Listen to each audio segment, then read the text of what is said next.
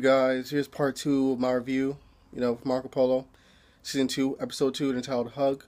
So, yeah, I believe this is the first time so far in season 2 in which Ahmed pretty much makes his plans clear for him wanting to take out the Khan. There's this one scene this one scene in which him and Jingham and Marco are having lunch with the Khan. And Marco sort of reiterates, the whole thing about the Song Dynasty, the South, and pretty much how they're not really feeling Kublai Khan as their leader. So, Ahmed suggests that the best way of handling the situation is to kill the boy emperor.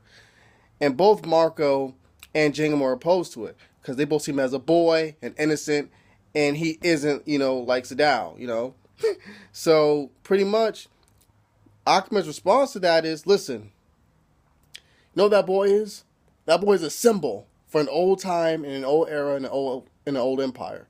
And he says to Kublai, if it was you, Sadat would have paraded your head through the streets. So you do the same thing in kind with the boy emperor. It's nothing personal. It's strictly about life or death and maintaining your empire. And Jingham's like, Father, you can't do that. And Kublai looks at him like, I can't. Like, do you know who I am?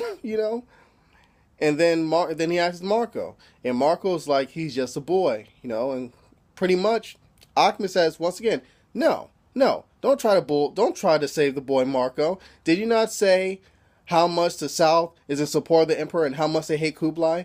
Even a dog needs discipline. You know what I mean? Or desires discipline. Despite and forgets what all the bad things the owner did to them, all that good stuff. So, yeah, pretty much.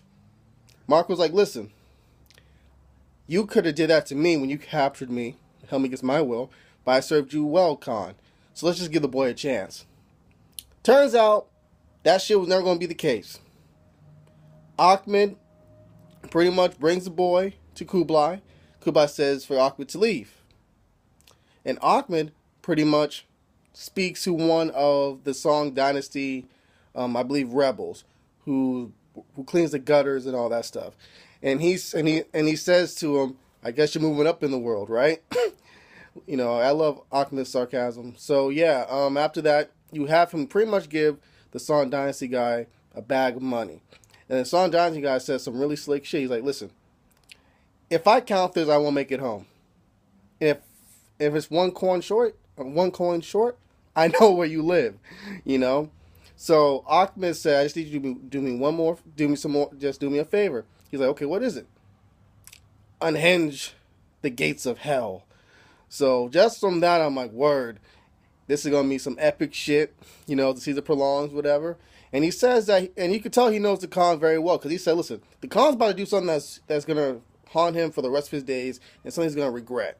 So pretty much, like I said before, unhinge the gates of hell, because now's the time to strike, So yeah, before I go into what the Khan does to the Emperor, I feel as though we should discuss more about Caillou and him trying to do what he has to do, in order to achieve his goal, but at the same time realizing that he must compromise something. He has to sacrifice a few things. So we meet his mom, who at first seemed like a witch doctor or some type of medicine lady or whatever. She's pretty much, despite her being very old, she's still very there. And she says to Caillou that, pretty much she, just like everyone else, she talks about her disdain of the fat fuck of your cousin Kublai, saying he shouldn't have been elected the Khan, and how you have to gain back, the title of Khan, by any means necessary, either by scraping of knees or whatever. But Caillou pretty much like he always been in the series, is an honorable guy and honorable character, which is like saying, listen, at the end of our days, history talks about pretty much the morals instead of the achievements. The morals sets the men apart. You know what I mean? Truly. Even by a little inch. And I believe there's this funny scene in which she says, you sent me here, and Kai's like, but you said it was a place of medicine, you know what I mean? And it was good for you and all that stuff. She was like, I said it was good for people. I didn't want to live here, just hilarious banter between the two. But yeah, we have Caillou and Prince Naya. And Prince Naya pretty much is saying to him that I know you're trying to do, bro. you want my votes, but then again, how could I give you my vote? How can I give my vote to someone who pretty much dictates everything that I am and everything that I represent and worship, you know? And Caillou's like, listen, dude, I don't believe, in some holy God that lives in a kingdom up in the sky and some holy ghost, And then I was like, oh, so you know a little bit of my religion. So how much do you really know, Caillou? Don't act like you're completely ignorant of it. And Caillou has that look like, damn. You know what I mean? Like, he doesn't want to sort of appear that he knows a lot more than he does. So he says, listen, my father says that if you want something, you got to ask for it. And I was like, okay, what are you willing to sacrifice? Which is really interesting, like I said before.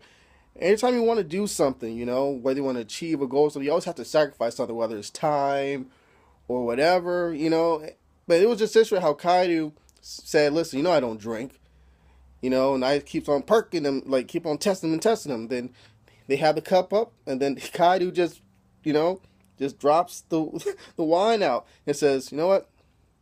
Thank you for this meeting. What do you got respect for? He stayed, true to his morals. How long that will last for, I have no idea.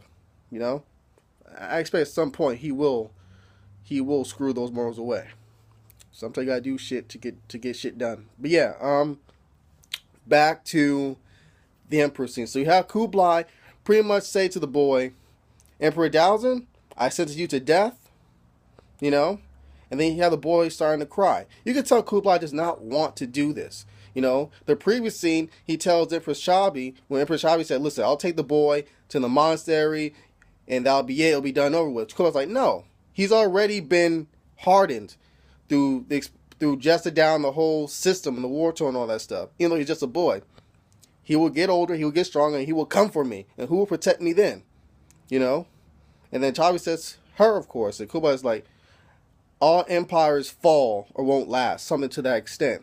So pretty much, Kublai and this boy have this really interesting conversation. It's like Kublai's looking at a younger version of himself, connecting back to the montage, of the first scene of this current season, when we see his grandfather set the whole village on fire with birds. And the boy says, have you seen, I think he said Kublai said to the boy, I've seen men, die, a lot of men die at your age. And the boy's like, did they cry? And then you have Kublai really just think about this, like, this thing about his traumatic, childhood of bloodshed and murder. He was like, yes, some did.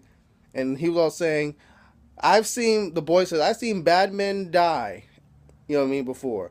Connected back to what Jessedal said in season 1. But he's also said, like, am I a bad man? Is that why you want me to die? You know what I mean? Am I a bad person? And then you have Kublai really say to himself, how is this boy this young and has this type of knowledge and depth, when it comes to just the observation of how life goes or whatever. And the boy cries and says, I don't want to die. Then you have Kublai, whatever, like, they seem to have this embrace, whatever. Kublai kills the kid. He kills the kid. And then when that happens, you're just like, what the fuck, yo? It was one of those seasons where you're just stunned. You are silent. That's the type of shit, like, you can't sleep at night. Or at least for a few hours after seeing that scene. You have Marco just looking at it, because Marco's there. And Marco's absolutely disgusted, and rightfully so. And you can tell Kublai's in shock too, man. But, like, yeah. That's all I have to say about this episode. Thank you for watching my videos. Watching this review. Like my video if you can. Subscribe to the channel. Write some comments down below. And once again, adios.